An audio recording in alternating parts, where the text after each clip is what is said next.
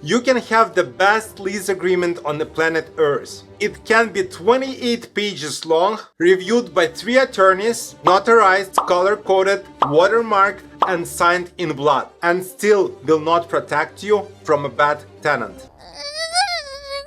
And there is no clause in the world that will prevent your tenant from using your living room as a bathroom when they are 3 drinks past gone. Wasted, in other words. Here is the real problem. It is not short or wrong lease or missing clauses that damage the property. These are bad or plainly stupid people who don't read these agreements in the first place. Today we are going to talk what lease agreements really are and why people put way too much faith in them. Hello, I'm Felix. I have been in the landlord's shoes long enough to learn the lesson the hard way. The issue isn't whether your lease is perfect. It is rather the person who signs the lease is an adequate human being. Here's some historical example for you.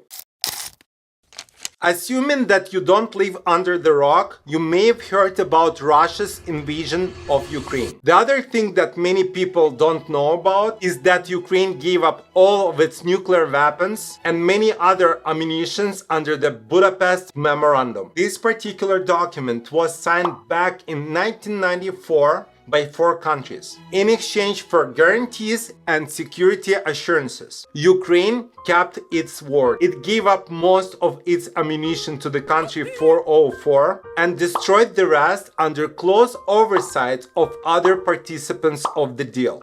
You know what? It just came to my mind that no one made a single noise about USA spending its funds on that deal. And they did. $350 billion. Bruh. One of the senators from the United States overseeing the deal became a president. And by the way, one of those inspectors received the whole Nobel Prize for Peace in 2009. I really wonder if they can get it back. As a result, one of the sides who signed the agreement gave all possible assurances, invaded Ukraine back in 2014. By the way, not in 2022 as many people may think.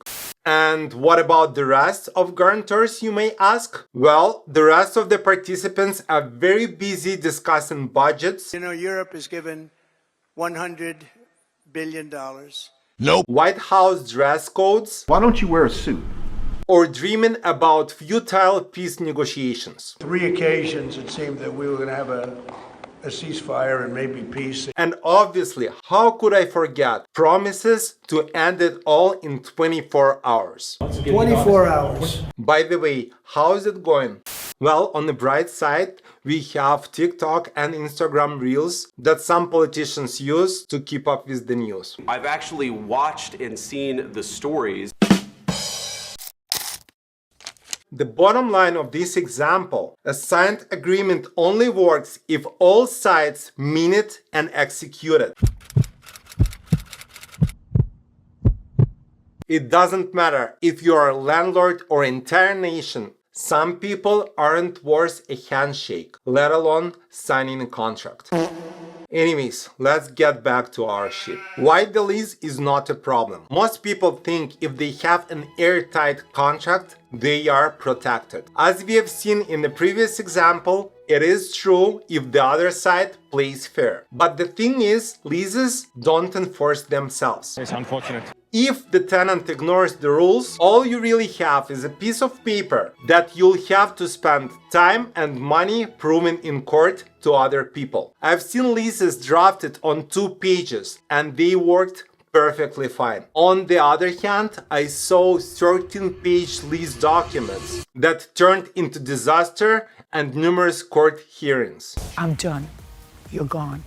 Let's switch gears a little bit. What is the lease? Let's be honest, all we are talking about is just a simple transaction. You let some other person or a company to use your property in exchange for future payments. A lease contract here is just a simple receipt. That's it. Basically, you get the same receipt when you buy a computer, for example. Receipt in this case basically the proof that you gave so much money in exchange for a certain product. That's what she said. Everything else, rules, conditions, clauses, it is just a structure to support that basic exchange. But when the trust breaks, the whole structure collapses. The point here is that enforcement always comes after the damage. Leases are reactive, not proactive. Duh. You can't sue anyone before they caused the damage. You only can do it after. And the problem is, by the time you win in court, you are happy that the damages done despite the contract are not as bad as they could have been. And again, even a clear clause is not a guarantee that the judge will side with you, especially in tenant-friendly states. A reasonable question you may have: what actually prevents problems? as I discussed in our previous video, the link is going to be somewhere up here, I think. Screening references verifiable patterns of behavior. If a certain person was making payments on time, always, the chances are they're going to continue this behavior in the future. And vice versa. If they're complaining about their previous landlord or property, the chances are you're going to be the next person at fault. A lease signed on a napkin with a decent person will every time outperform a manipulative tenant with a rock-solid agreement. Real defense isn't a paperwork, it is prevention. You can't fix an inadequate person with the lease you sign with them. Once again, the chances are most likely they won't read it. So instead of obsessing over a lease agreement, focus on clarity over length. Avoid confusion. Judges hate ambiguity. I don't care what anybody told you. I want the title. Just include the essentials: rent, due date, late fees, maintenance responsibilities, access to the property, and termination terms. After that, all you can do is just monitor and hope that the other person will honor the lease. Use addendums only when necessary. Honestly, I've seen people on Facebook claiming that they had 26 addendums. Why?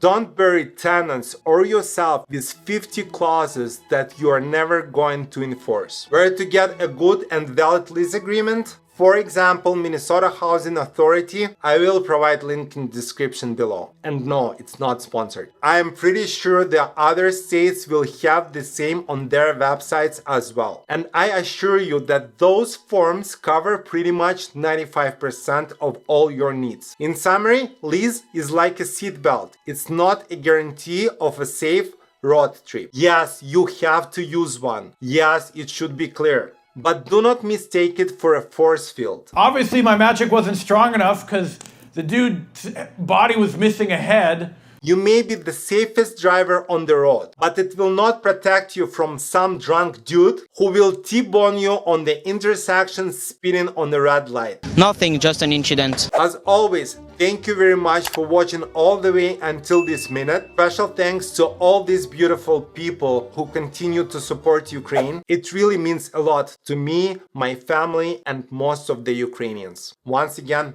thank you. And remember, protect your properties, but more importantly, protect your peace and don't keep those bad tenants in your heads. Let me know your thoughts in the comments below. In the meantime, take care of yourselves and do all the good things you can. Be good people, and I'll see you in the next one. Papa.